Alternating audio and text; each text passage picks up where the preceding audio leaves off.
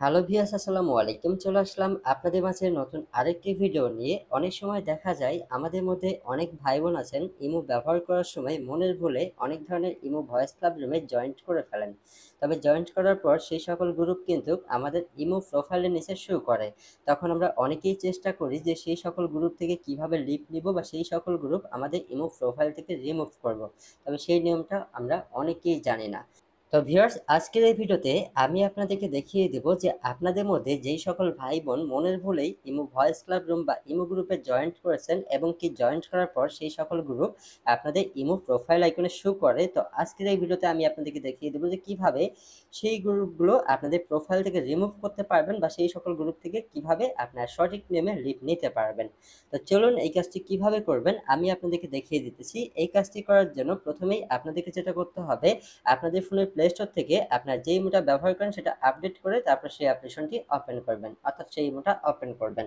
Open করার পর viewers, প্রথমেই আপনাদেরকে যেটা করতে হবে, এখানে একটু উপরের দিকে দেখতে পারবেন আপনাদের ইমো প্রোফাইল আইকন, জাস্ট এখানে ক্লিক করবেন। তারপরে এখানে আপনাদের ইমো নেমটা শো করবে, জাস্ট এই নামের উপর ক্লিক করবেন। ক্লিক করার পর ভিউয়ার্স, এখানে দেখতে পারবেন যে আপনারা যেই সকল ইমো গ্রুপে জয়েন্ট আছেন সেই সকল গ্রুপের নাম এবং কি প্রোফাইল পিক এখানে শো করবে, ঠিক আছে? সো এখন আসি যে কিভাবে এই গ্রুপগুলো আপনাদের ইমো প্রোফাইল থেকে আপনারা রিমুভ করতে পারবেন বা লিভ নিতে পারবেন। সো এই গ্রুপগুলো রিমুভ করার জন্য জাস্ট সেই গ্রুপটা আপনারা ক্লিক করবেন। ক্লিক করার পর এখানে উপরের দিকে দেখতে পারবেন গ্রুপ নামটা শো করবে, জাস্ট এখানে আপনারা ক্লিক করবেন। তারপর একটু পাশে আপনারা দেখতে পারবেন থ্রি ডট আইকন বা থ্রি ডট সেটিং, জাস্ট এখানে আপনারা ক্লিক করবেন। ক্লিক করার পর একটু নিচের দিকে দেখতে পারবেন আনজয়েন নামে একটা সেটিং, জাস্ট এখানে আপনারা ক্লিক করবেন। এখানে ক্লিক করার পর ভিউয়ার্স, একটু নিচের দিকে দেখুন এখানে দুইটা সেটিং আছে, দুইটা সেটিং এর মধ্যে নিচের দিকে আনজয়েন এন্ড আনফলো, জাস্ট এখানে ক্লিক করবেন। তারপর আবারও আনজয়েন, জাস্ট এখানে ক্লিক করবেন। এইখানে ক্লিক করার পর ভিউয়ার্স, উপরের দিকে দেখতে পারবেন ক্রস আইকন সেটিং, জাস্ট এখানে আপনারা একটি ক্লিক করবেন, ঠিক আছে? এইখানে ক্লিক করার পর উপরের দিকে দেখুন আবারও লিভ নামে একটা সেটিং দেখতে পারবেন, জাস্ট এইখানে ক্লিক করার সাথে সাথেই দেখুন সেই গ্রুপটা কিন্তু আমাদের ইমো প্রোফাইল থেকে রিমুভ হয়ে গেল, অর্থাৎ সেই গ্রুপটা থেকে কিন্তু আমরা লিভ নিয়ে নিলাম, ঠিক আছে?